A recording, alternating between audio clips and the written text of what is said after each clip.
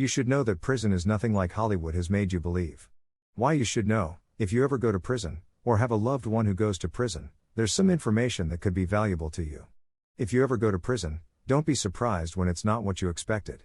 From what I've heard, prisons in California, Arizona, and Texas are very much like the Hollywood version.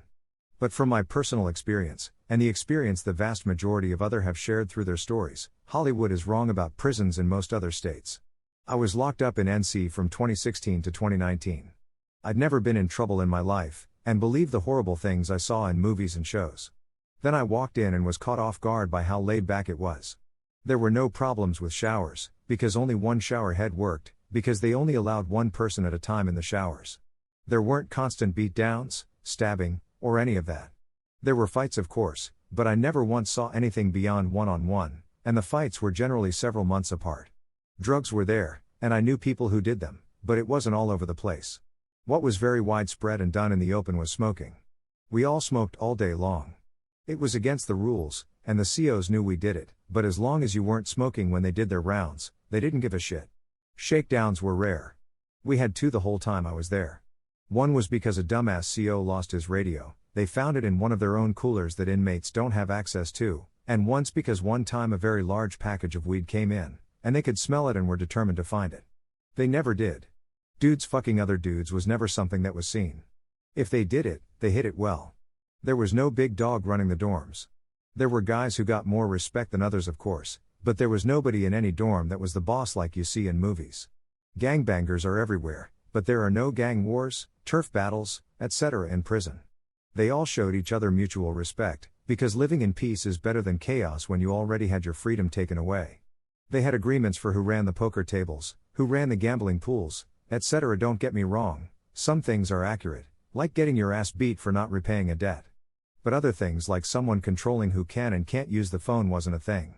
Also, nobody associated with the chamos except other chamos, but nobody targeted them or beat their ass, or any of the big talk you hear about online. It simply never happened. The main reason being, the vast majority of people who go to prison don't act the way they thought they would prior to going in, because you don't walk into the situation you expected to in most places. And because chamos are protected by inmate rights in most states, so even pushing one can catch you a few more years. Now, some tips to ladies on the outside. 99% of what they tell you is a lie. If they legitimately need money for canteen, they'll tell you that.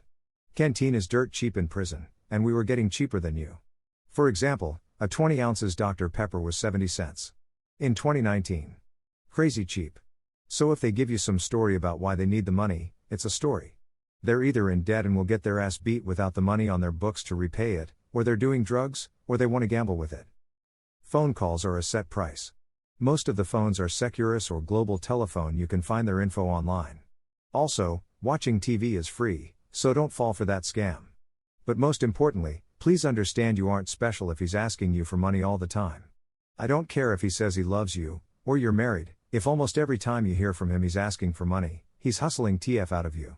Not only that, he's got a half dozen other women he's doing the same thing to. Quit falling for it.